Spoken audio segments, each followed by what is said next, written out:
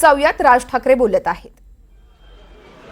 मुळात पाणी सोडताना तुम्ही लोकांना ज्या प्रकारे सांगायला पाहिजे होतं की त्यांनी सांगितलं नाही अशाला भाग नाही. त्यांनी सांगितलं होतं पण ते कमी प्रमाण होतं त्याचं. एवढं पाणी सोडणार याची कल्पना लोकांनाही नव्हती.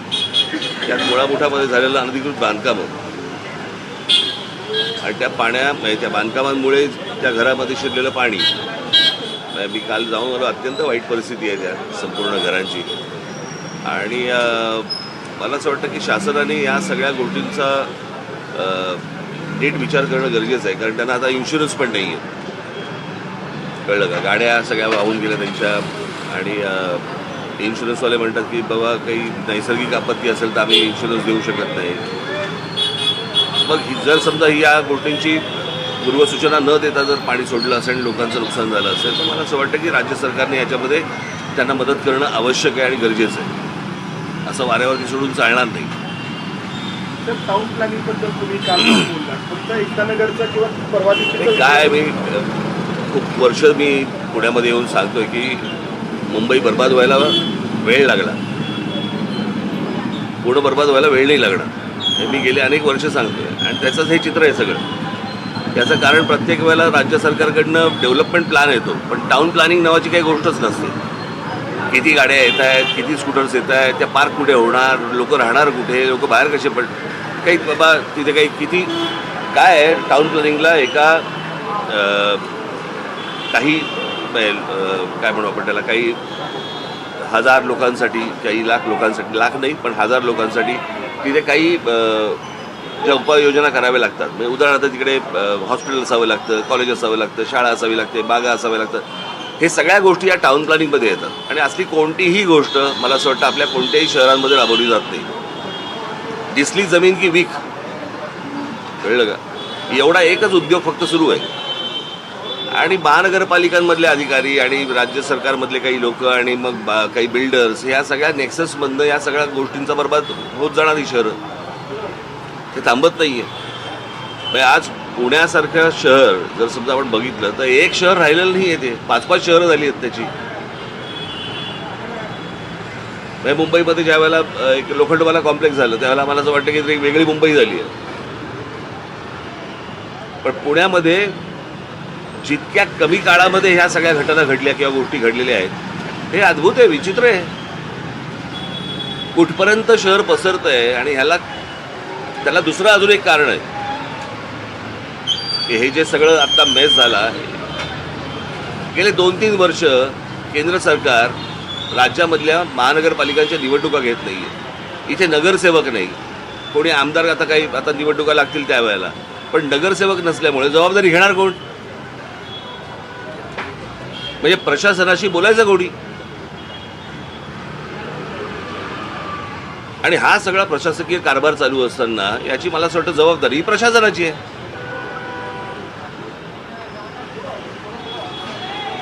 त्यांनी या लोकांना धीर दिला पाहिजे. आता तिकडे काहीतरी ते रिडेव्हलपमेंटचा काहीतरी विषय आहे. रिडेव्हलपमेंटचा विषय त्यांच्याशी बोला तरी तुम्ही. म्हणजे या राज्यामध्ये येणारे, बाहेरच्या राज्यांमधून येणारी जी लोक आहेत त्यांना फुकट घरं देताय तुम्ही. आणि या राज्यामध्ये राहणारी जी लोक आहेत ते भिका मागतायत. याला काही सरकार चालवणं म्हणतात का?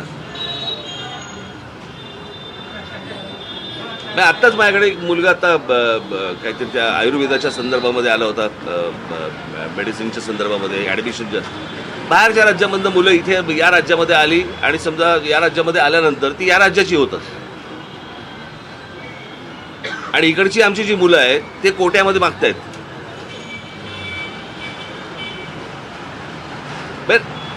राज्य म्हणून कोणाचं लक्ष आहे की नाही? प्रत्येक जण आपापल्या राज्याचा विचार करतोय. महाराष्ट्राचा कोणी विचार करणार आहे की नाही?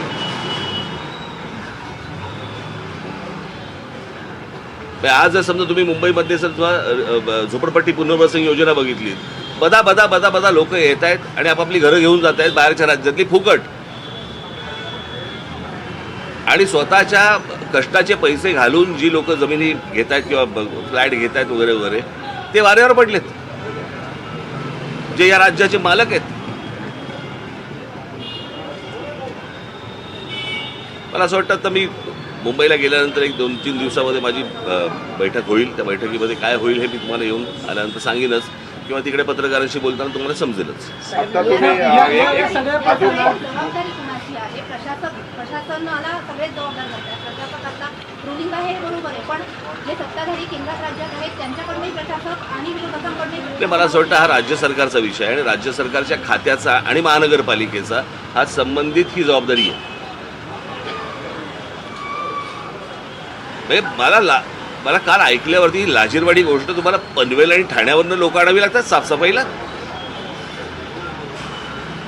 पुण्यासारखं शहर,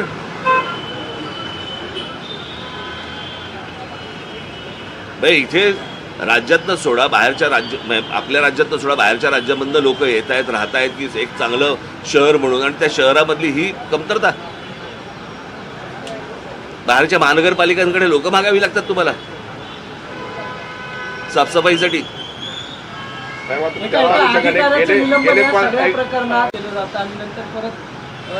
निलंबनाने प्रश्न सुटणार नाहीत ना. निलंबनाने काय होईल? तुम्हाला म्हणताय सगळं शांत होईल. ज्यांच्या घरामध्ये पाणी शिरलंय, मी काल गेलो त्यांच्या अंगावरती एक कपडा होता फक्त.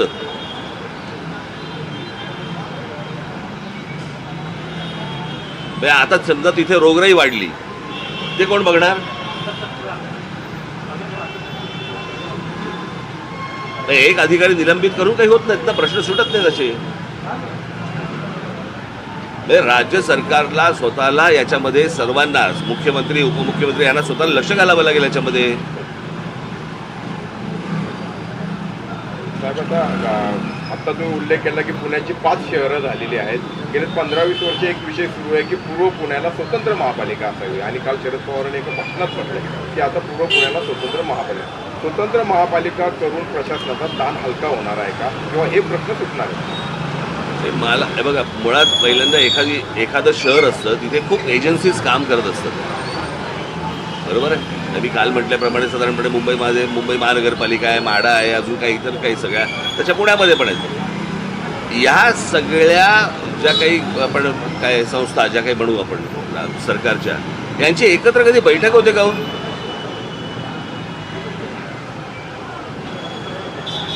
कोणीतरी यायचं, पाईपलाईन घालायची, पाईपलाईन घातली, फुटपाथ केला, फुटपाथवाले येणार नवीन टाईल बसवायला. हे सतत चालू राहतं. याचं कारण टेंडर निघाली की पैसे काढता येतात त्यातनं. त्याच्यामुळे चांगले रस्ते तुम्हाला द्यायचे नाहीत, चांगले फुटपाथ तुम्हाला द्यायचे नाहीत. मी मगाशी म्हटलं ना, हे सगळं नेक्सस आहे. आणि हे मला असं वाटतं की या शहरामधले जे नगरसेवक आहेत, त्या नगरसेवकांनी आता नीट जाणीवपूर्वक लक्ष दिलं पाहिजे. ज्यांच्या इच्छा आहेत त्यांनी तरी लक्ष द्यायला पाहिजे.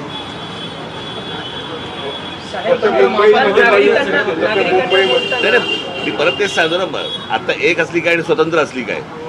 मुळात जर ह्यांच्या बैठका जर होणार नसतील तर तेही बरबाद होणार. या शहराबद्दलचं नागरिकांना बोलताना नागरिक अनेक भाऊक झालेले पाहायला मिळाले. फुलाची वाडीमध्ये त्यांचं म्हणणं असं आहे की आता आमचा मुलगा गेला, आम्हाला मदत करून पण कायमस्वरूपी द्या. इथंही नेमकं नागरिकांनी म्हणणं काय मांडलं तुम्ही? मी काल त्या भगिनींशी बोलत होतो. मला त्यांचं हिंमत त्यांची की 2-3 दिवस झाले त्यांचा मुलगा गेला आहे, आणि त्या ज्या प्रकारे बोलत होत्या की माझा मुलगा गेला आहे, आता तो काय परत येणार नाही, परंतु या सगळ्या गोष्टीला एक सिस्टीम लागली पाहिजे. मला असं वाटतं की हे जर एका मातेला कळू शकत असेल, हे प्रशासनाला नाही कळत. हे तर येऊन नुसते बसलेले आहेत हो. इथे स्वतःच्या पोटचा गोळा गेलेला आहे पोटातला, स्वतःचा मुलगा गेलाय तो, आणि 3 दिवसानंतर या हिमतीने त्या बाई बोलत होत्या. मला खरंच आश्चर्य वाटलं. लोकांनी नदी सुधार प्रकल्पाला सुद्धा दोषी मानले, तर त्यावर काय आहे, एखादा प्रकल्प समजा आणायचा आहे तर तो सगळ्यांना विचारपूस करून किंवा विचारून तुम्ही आणत का नाही आहात? बस आमच्या मनामध्ये आलं आम्ही आता हा प्रकल्प करणार आहोत. का रे पत्रकारांशी बोलत, काय नक्की करणार आहेत? का नागरिकांशी नाही बोलत आहात तुम्ही? काही काळबेरं आहे का त्याच्यामध्ये?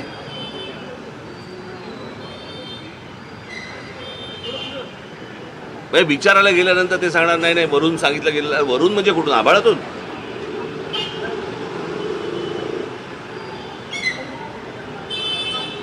त्यांनी फक्त ते एक मॉडेल लो आहे साबरमतीवर अहो तुम्हाला आठवतंय का मी महानगरपालिकेमध्ये जाऊन एकदा एक प्रेझेंटेशन दिलं होतं, तुम्हाला आठवतंय का? बरोबर की नाही? त्याच्यानंतर या सगळ्या गोष्टी सुरू झाल्या. मग मला असं वाटलेलं एक प्रेझेंटेशन जर मी महानगरपालिकेला तुमच्या समोर देऊ शकतो, बरोबर ना? तिथे इथं नागरिकही आले होते, सगळ्यांसमोर दिलं ना, म्हणजे त्याच्यामध्ये काही लपवाछपी नव्हती ना.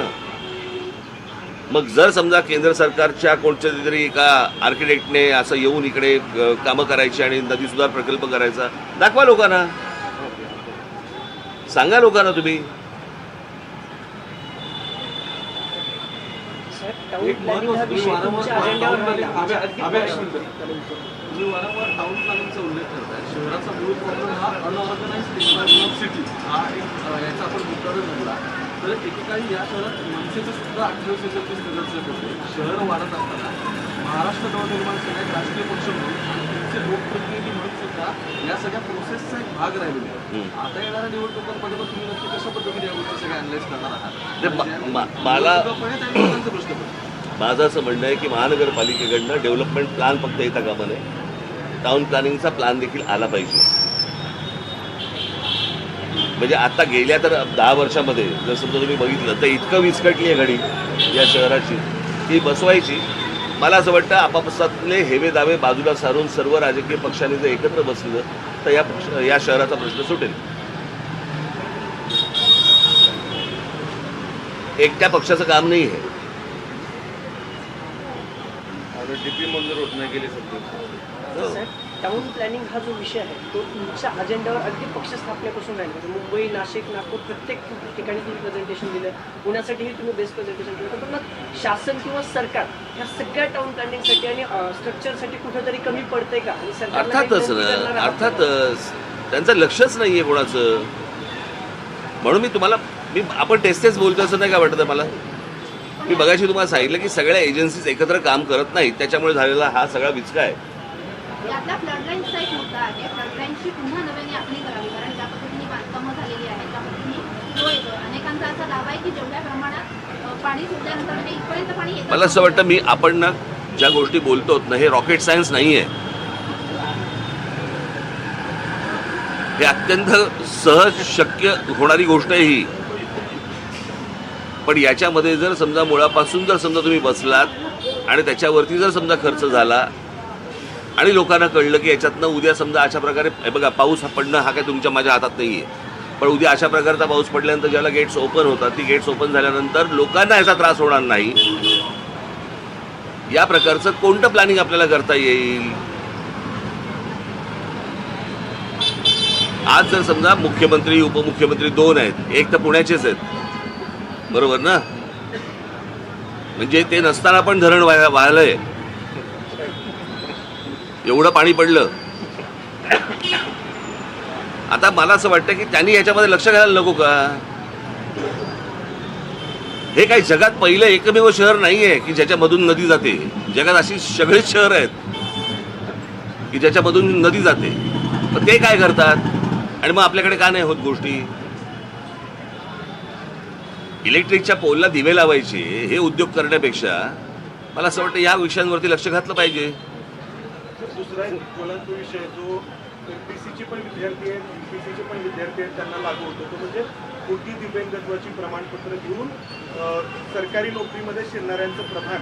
म्हणजे आजच मुंबईला असे 9 उमेदवार किंवा अधिकारी म्हणून जे महाराष्ट्राच्या प्रशासनात दाखल झालेत अशांचं होत आहे. पूजा केडकरांचं प्रकरण तर आपण पाहतो आणि खास करून यूपीएससीची जी विश्वासार्हता आहे तर ती कुठेतरी यामुळं. मी तुम्हाला एक गोष्ट सांगू का, हे UPSC आणि या सगळ्या गोष्टींवरती लक्ष देण्यात अर्थ नाही. मुळात सरसकट सगळ्यांना जोपर्यंत शासनाची, न्यायाची किंवा म्हणजे कायद्याची भीती वाटत नाही ना, तोपर्यंत हे अशाच गोष्टी होत राहणार. ही भीती तुम्हाला खालपासून वरपर्यंत सर्वांना वाटली पाहिजे की ह्याच्यातनं सुटका नाही.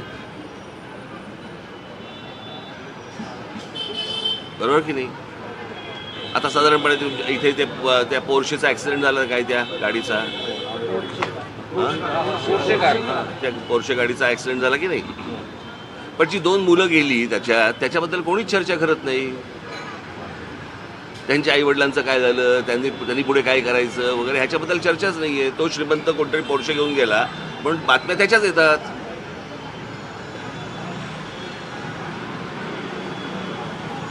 बरोबर की नाही? आपल्याला मला असं वाटतं सगळ्यांनी एकत्र बसलं पाहिजे, राजकीय पक्षांनी आणि पत्रकारांनी.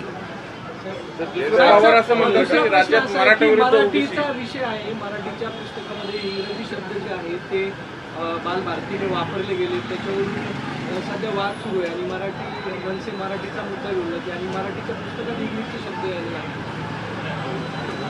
मला बघू देत म्हणून सांगितलं. तर दुसरं असं पवारांनी म्हटलं की महाराष्ट्राचं मणिपूर होऊ शकतं, विशेष करून मराठवाड्यात जो जातीयवाद वाढलाय मराठा विरुद्ध ओबीसी, तर त्यांचं हे भाष्य आणि तुम्ही यापुढे पवारांवर जे तुम्ही भाष्य केलेलं आहे एकूण पवारांच्या राजकारणावर तुम्ही कसं बघताय? मी हे पहिलं एकतर स्टेटमेंट काही वाचलेलं नाही. मी कधी केलं त्यांनी काल केलं. पवार साहेबांनी हातभार लावू नये या गोष्टीला, फक्त बाकी काही नाही.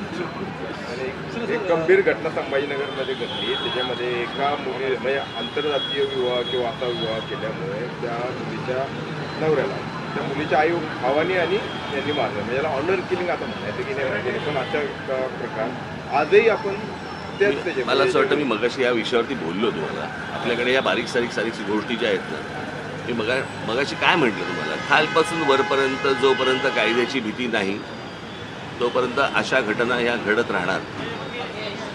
आपण सहज सुटू शकतो कुठच्याही गोष्टींमधनं असं ज्या वेळेला काही लोकांना वाटायला लागतं त्यावेळेला तुमचं काही भीती नावाची गोष्ट उरलेलीच नसते. मुंबईमध्ये अशी अनेक प्रकरणं झाली की जिकडे ट्रॅफिक हवालदारांना टपली मारून निघून गेलेत. आता त्याच्यावरती जर समजा कारवाई होणार नसेल, मी तुम्हाला खास करून परदेशातली गोष्ट सांगतो तुम्हाला. परदेशामध्ये तुम्ही पोलिसाला हात लावून दाखवा, हात मारणं बिरणं लांबचं राहिलं, तुम्ही फक्त हात लावून दाखवा त्याला आणि त्याच्यानंतर त्याला सोडवून दाखवा.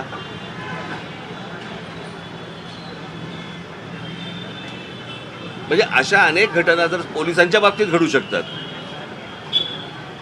म्हणजे पोलिसांवरती हात उगारण्यापर्यंत जर समजा लोकांची बदल जाऊ शकते आणि आपल्याला काही कोण करू शकत नाही असं जर वाटत असेल तर कोणता कायदा आणि सुव्यवस्था घेऊन बसलोय आपण? जाती जातींमधला विद्वेष जो आहे द्वेष, जाती जातींमध्ये जो द्वेष, अत्यंत अत्यंत अत्यंत दुर्दैवाची गोष्ट ही महाराष्ट्रात जे चालू आहे आता. म्हणजे मी तुम्हाला सांगतो, मी माझ्या पुढे भाषणामध्ये मी हे विषय बोलीनच, कळलं का? पण ज्या प्रकारे महाराष्ट्रामध्ये चालू आहे आणि फक्त मतांसाठी जी काय म्हणू आपण त्याला कलुषित करण्यात जी सुरू आहे हे काही चांगलं लक्षण नाही महाराष्ट्रासाठी. त्या दिवशी मी त्या लहान लहान मुलींचे ते व्हिडिओ बघितले, अत्यंत दुर्दैवी.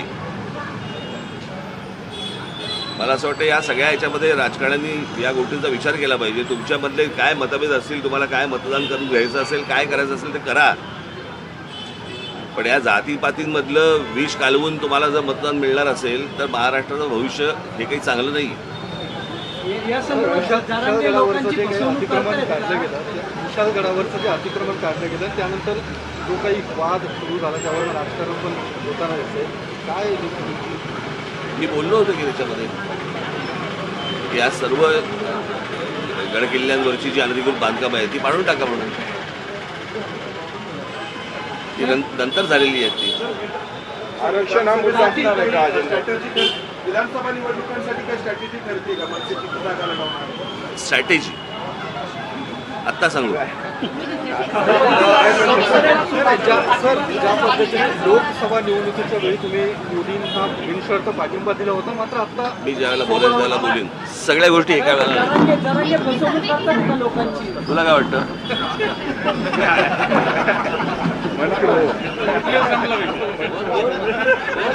मुख्यमंत्री पुण्याचेच, तरीही पुण्यात ही स्थिती कशी काय? इलेक्ट्रोल पोलला दिवे लावण्यापेक्षा इथे लक्ष द्या असं यावेळेस राज ठाकरेंनी म्हटलं आहे. लोकांना वाऱ्यावर सोडून चालणार नाहीये. मुख्यमंत्री आणि उपमुख्यमंत्र्यांनी यात लक्ष घालावं असं देखील यावेळेस राज ठाकरेंनी म्हटलंय. शिवाय या ठिकाणच्या पूरग्रस्तांना नागरिकांना सरकारनं मदत करावी असं देखील राज ठाकरेंनी म्हटलंय.